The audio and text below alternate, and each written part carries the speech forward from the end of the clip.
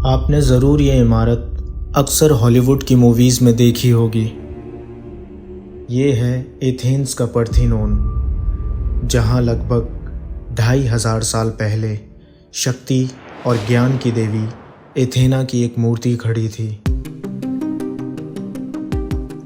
पार्थेनोन और एथेना की मूर्ति के नीचे एक पूरा शहर आबाद था। एक और नज़ारा इससे दूसरी ऊंचाई पर था, जहाँ से एथेना की मूर्ति और पार्थेनोन बिल्कुल साफ साफ नज़र आते। इस ऊंचाई पर खड़ा एक मूर्तिकार का बेटा अक्सर अपने आप से सवाल करता कि भला एक मूर्ति शहर की हिफाजत कैसे कर सकती है। इन सवालों का कोई जवाब उसे नहीं मिलता और ये सवाल ही उसे जहर के प्याले तक ले गए। ये सुकरात था, सच्चाई का एक अजीम शहीद। मैं हूँ फैज़ान और the epic figures of history series के पहले एपिसोड में मैं आपको इस अजीम दिमाग की कहानी सुनाऊंगा। ज़रा सोचिए, एक ऐसा शख्स जो सिर्फ सवाल पूछकर ही लोगों की सोच को हिला दे, उसने आखिर जहर क्यों पिया? क्या उसकी सोच इतनी ख़तरनाक थी या उसकी हिम्मत इतनी बड़ी? आज हम उस कहानी को समझेंगे जो सुकरात को एक सोचने वाले इंसान से लेकर एक अमर मिसाल बना गई। सुकरात वेस्टर्न फ़िलॉसफ़ी का एक बहुत ही असर रखने वाला शख्स है। अक्सर उसे मॉडर्न फ़िलॉसफ़ी का फाउंडर कहा जाता है, लेकिन उससे पहले मैं आपको शॉर्ट में ये बता दूं कि फ़िलॉसफ़ी कहते किसे हैं। फ़िलॉसफ़ी ये सोचने और समझने का एक तरीका है जिसमें लोग बड़े बड़े सवालों का जवाब ढूंढते हैं, जैसे ज़िंदगी का मकसद क्या है, सही और गलत क्या है, और ये दुनिया किस तरह काम करती है। फ़िलॉसफ़ी में लोग अपने ख़याल और यकीन पर सवाल उठाते हैं, नई सोच को जन्म देते हैं और सच्चाई की तलाश में लगते हैं। चलिए अब कहानी में आगे बढ़ते हैं। सुकरात का जन्म एथेंस में 469 से 470 BCE के आसपास हुआ। जब सुकरात छोटा था तब वो अपने पिता को देखता, जो तेज़ और नुकीले औजार से पत्थर तराश कर शक्लें बनाता। पत्थरों से निकली खूबसूरत शक्लें उसे हैरान करती। एक दफ़ा उसने अपने पिता से पूछा कि वो कैसे उन औजारों को चुनते हैं जो पत्थर पर चोट मारने से ये शक्लें बना सकते हैं, और किस हद तक मारने से ये ख़ास सूरत हासिल होती है। पिता अपने काम में व्यस्त था और जवाब देने से कतरा गया। उसने कहा, मैं तुम्हें सब कुछ बताऊंगा जब तुम बड़े हो जाओगे। मगर सुकरात इंतज़ार नहीं कर सकता था और फ़ौरन जवाब चाहता। पिता ने जवाब दिया, इसके लिए तुम्हें पत्थर के अंदर शेर को इमेजिन करना पड़ेगा। तुम पत्थर में कैद शेर को महसूस करते हो और तुम्हारा इरादा होता है कि तुम उसे आज़ाद कर दो। अब जितना बेहतर तुम पत्थर के अंदर शेर को देखोगे, उतना ही तुम्हारा सेंस मजबूत होगा कि कौन से औजार से कितनी और मार मारनी है जो कि शेर को आज़ाद किया जा सके। ये जवाब सुकरात पर बहुत गहरा असर छोड़ गया। सुकरात की माँ एक दाई थी, उसके पिता एक मूर्तिकार थे। एक दिन उसने अपनी माँ से उसके काम करने के बारे में पूछा। माँ ने जवाब दिया, बेटा मैं सिर्फ माँ की मदद करती हूँ जिससे कि बच्चा पैदा हो जाए, बस इससे ज़्यादा कुछ नहीं। सुकरात ने इस जवाब को समझना शुरू कर दिया, लेकिन इसके बाद भी उसने सोचना जारी रखा और अपनी माँ के साथ सो गया। अपने माँ बाप के जवाब से सुकरात ने यह सीखा कि असल चीज़ें छुपी होती हैं और नज़र नहीं आती। ये हम पर है कि हम उनको पैदा करें, वरना वो हमारी जहालत के पर्दे के पीछे ही छुपी रहती हैं।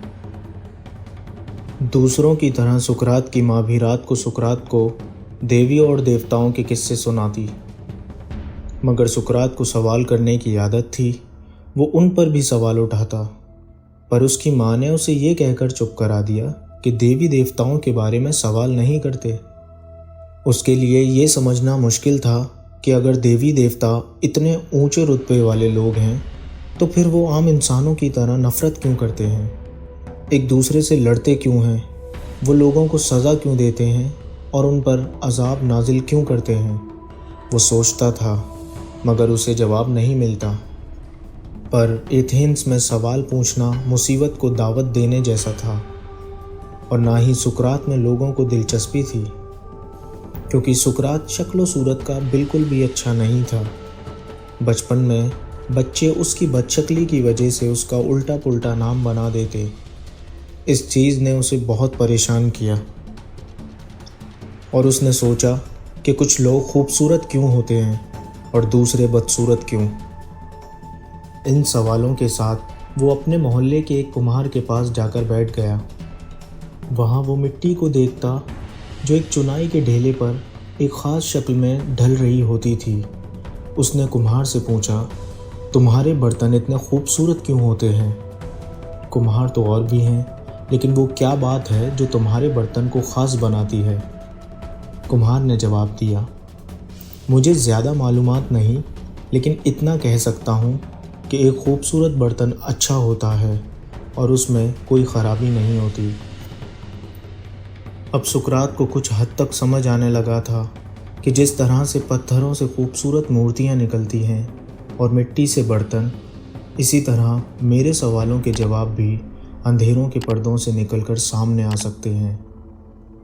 सुकरात जब बड़ा हुआ तो रिवाज के हिसाब से उसे भी अपना ख़ानदानी पेशा अपनाना था, लेकिन उसके माँ बाप को जल्दी ही एहसास हो गया कि उसका बेटा एक अच्छा मूर्तिकार नहीं बन सकता, और इसकी वजह कामचोरी नहीं बल्कि कुछ और ही थी। वजह ये थी कि सुकरात को खुदा ने महारत इंसानों को समझने की दी थी, ना कि पत्थरों की। उसे लोगों को चीज़ें बेचने से ज़्यादा उनके साथ लंबी बातचीत करने में दिलचस्पी होती। ये वो दौर था जब एथेंस की शोहरत दुनिया भर में फैल चुकी थी। ये वो अकेला शहर था जहाँ डेमोक्रेसी का सिस्टम था। ये डेमोक्रेसी आजकल जैसी नहीं थी। ये एक ऐसा लोकतंत्र था जहाँ सिर्फ मर्दों को वोट देने का हक था ताकि ज़रूरी फ़ैसले किए जा सकें, जो कि अदालतों से भी जुड़े हुए थे। डेमोक्रेसी एथेंस वालों की इजाद थी और उन्हें इस बात पर बहुत फ़ख्र था। दुनिया के मुख्तलिफ़ हिस्सों से जहाज़ एथेंस के साहिलों पर आके रुकते। बाहर के लोग यहाँ के शानदार संगमरमर के बुत देखकर हैरान रह जाते। उनका ख्याल था कि ये बुत जादूगरों ने बनाए हैं और उनको नई चीज़ें सीखने का मौका मिलता। लेकिन सुकरात का एक अलग ही अंदाज़ था। वो मिलने वालों से एक के बाद एक सवाल करता चला जाता, उससे जवाब तलाश करता। सुकरात किसी भी जवाब को सही होने पर सवाल उठाता, चाहे जवाब देने वाला कितना ही यकीन रखता हो। वो हर जवाब के बदले एक और सवाल कर देता, जब तक कि सामने वाला शख्स लाजवाब और परेशान ना हो जाए। कुछ लोग जानबूझकर उससे सवाल करते, फिर सुकरात उस सवाल से कई सवाल खड़े कर देता। लोग सुकरात को एक संजीदा शख्स के तौर पर नहीं बल्कि एक जादूगर के तौर पर पसंद करते। ये वो वक्त था जब सुकरात की शोहरत एथेंस में बढ़ रही थी। देवी देवताओं के किस्सों का लोगों की ज़िंदगी में बहुत बड़ा किरदार था। कोई भी देवी देवताओं के खिलाफ कुछ बर्दाश्त नहीं कर सकता था। जब सुकरात देवताओं के बारे में कोई सवाल करता तो लोग उसके जवाब में सुनी सुनाई कहानी बयान करते, लेकिन लोगों को इन सवालों से नफ़रत होती। अक्सर ग्रीक देवता आसमान में रहते थे।